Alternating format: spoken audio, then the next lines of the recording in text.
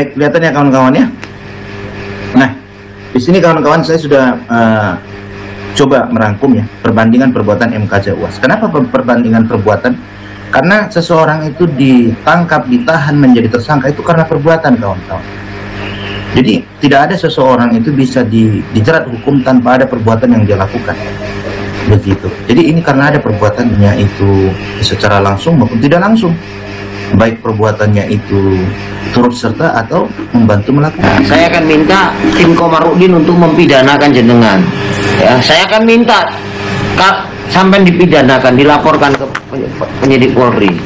Ya Hadi, ya Bashir, ya Tabibi, Ba'diyallah khairul khalqi, khairul khalqi jami'an, lahu alamana sidi wal marati, subhanallah.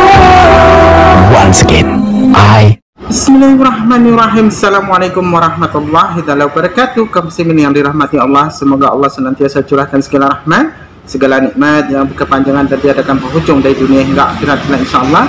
Dan Allah pun kumpulkan kita para kaum muslimin di bawah naungan aras Allah beserta para nabi, beserta para orang-orang yang Allah kasihi, Allah sayangi, Allah cintai insyaallah, di bawah naungan aras Allah kelak di mana tiada naungan selain daripada naungannya insyaallah. Amin amin Allahumma amin.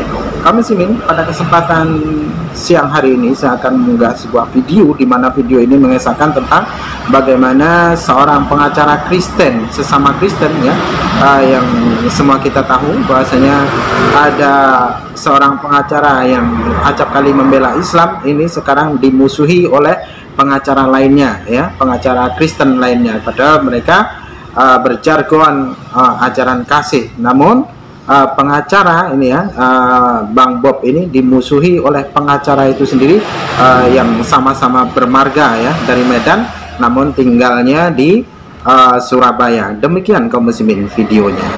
Saya akan minta tim Komarudin untuk mempidanakan jenengan. Ya, saya akan minta sampai dipidanakan, dilaporkan ke penyidik Polri. Nanti saya saksinya. Saya akan saksinya atas komen-komen Anda yang ada di YouTube. Saya akan jadi saksinya. Ya, gak boleh lagi itu. Sama-sama rekan advokat kamu kok mau menyudut-nyudutkan. Nggak boleh. Kamu jangan komentarin pekerjaan orang. Pekerjaanmu itu lo kerjakan. Kamu bilang banyak pekerjaan. Ya, kamu bilang banyak pekerjaan. Tapi apa? Kamu sengaja mengambil perkaranya MKC demi keuntungan pribadimu. Itu saya merasakan itu. Ya, kamu buka sengaja mengulas perkaranya MKC demi keuntungan pribadi kamu. Tak boleh dong seperti itu. Advokat itu adalah pekerjaan yang terhormat loh. Mobile. Ya. Jadi jangan gitu saudaraku. Ya, saya sebenarnya manggil tulang dari kemarin acara yang pertama saya udah katakan ibu saya itu baru tambah. Ya, saya manggil tulang jenengan, tapi semakin parah, semakin hari semakin parah. Ya, saya melihat ada berapa judul yang menyudutkan tim advokatnya MKC. Ya, dari awal loh, sampai menjadi hakim dalam perkara ini. Ya, dari awal. Ya, tidak sanggup bela MKC, jurus mabuk. Ya, tidak sanggup bela MKC. Yang nggak sanggup itu siapa? Kok kamu langsung menilai advokatnya nggak sanggup bela MKC? Wong advokat baru aja selalu boleh seperti itu. Ya, terus menjilat ludah sendiri. Ludah siapa yang menjilat? Tidak ada saya melihat dalam hal ini menjilat ludah sendiri. Kabur dan tidak jelas. Agama, bukan. Om Udin bela MKC dengan cerita horor. YouTube-nya, ayo, ya, saya tantang ya bos kita ini, ya, advokat yang berperan ahli, berfungsi ahli menjadi hakim, Bomson Samsir Simbolon. Ya, saya tantang Anda. Ayo adu argumentasi kita, adu hukum kita terkait dengan perkara MKC. Karena saya melihat sampean sudah berubah menjadi hakim, ya, memaki-maki dalam channelnya Muslim, kamu angkat telur. Itu namanya kamu angkat telur, memecah belah kamu itu. Kamu ngaku dari setia, STIA, semester 1, mempelajarin agama Islam.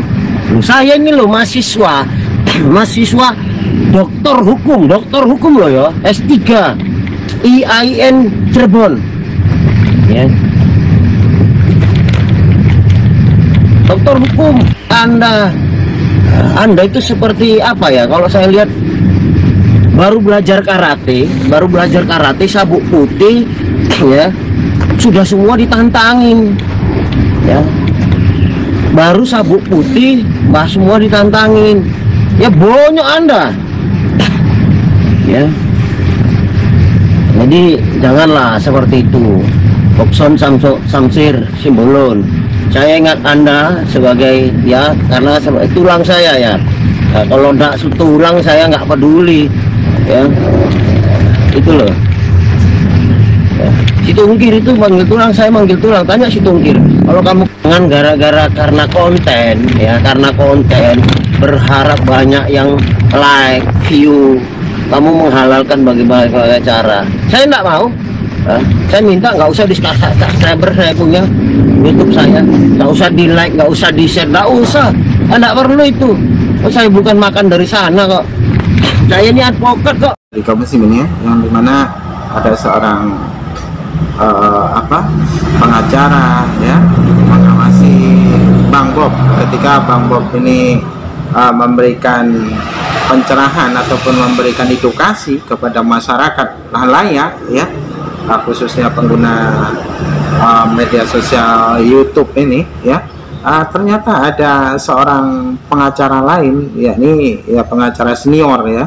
Nah, dia tidak terima begitu ya, bahkan dianggap bahasanya Bang Bobson ini menyudutkan pengacara si KC, karena padahal kalaupun kita cermati pengacara KC ini error memang ya ketika memberikan pemaparan ketika jumpa wartawan itu kan semuanya ngelantur, yang konon katanya dapat nomor cantik ya, bahwasanya yang melaporkan KC ini adalah pesanan dari istana, dan wah berbagai macam ya retorika yang dibuatnya, karena memang kalau dikata jurus mabuk ya benar, oleh karena apa yang disampaikan pengacara KC ini jauh dari akal nalar ya, nalar sehat, karena mengindikasi siapa yang melapor itu berdasarkan nomor cantik. Nah, orang bernomor cantik itu pasti orang dari istana, kan aneh ya.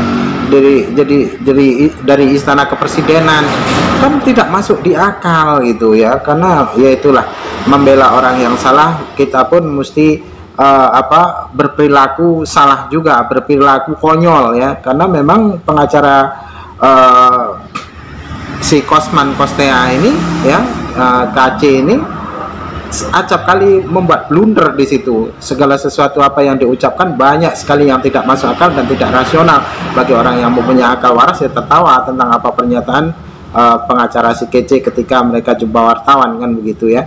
Jadi di sini ditanggapi oleh Bang Bob ya, bagaimana mengedukasi hukum-hukum itu berjalannya tentang peradilan atau pengadilan ya, itu bagaimana, persidangan itu bagaimana ya, hukum-hukum itu bagaimana. Nah, ini ada pengacara lain yang kepo gitu ya, takut ya, mungkin takut tidak diakui begitu. Jadi ngomong pun ya kemana-mana gitu ya, malah mau melaporkan segala macam ya. Jadi ya itulah ya, sesama kafir tidak mungkinlah dia tidak akan membela kan begitu, karena sesungguhnya sesuai dengan apa yang Allah sampaikan, sesungguhnya orang Nasrani dan Yahudi itu tidak akan pernah ridho sebelum umat Islam itu mengikuti milah mereka. Oke, demikian saja kaum muslimin yang dapat saya sampaikan. Saya akhiri video ini. Wassalamualaikum warahmatullahi wabarakatuh.